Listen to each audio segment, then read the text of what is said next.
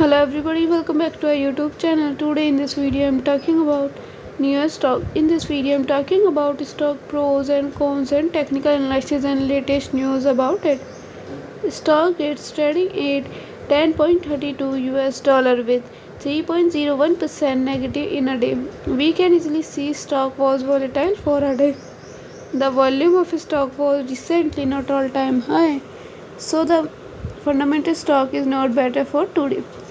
Before buying and selling the stock, please consult your financial advisor. Today's video is done. Thanks for watching. Please subscribe my YouTube channel and like the video. And also comment all related queries.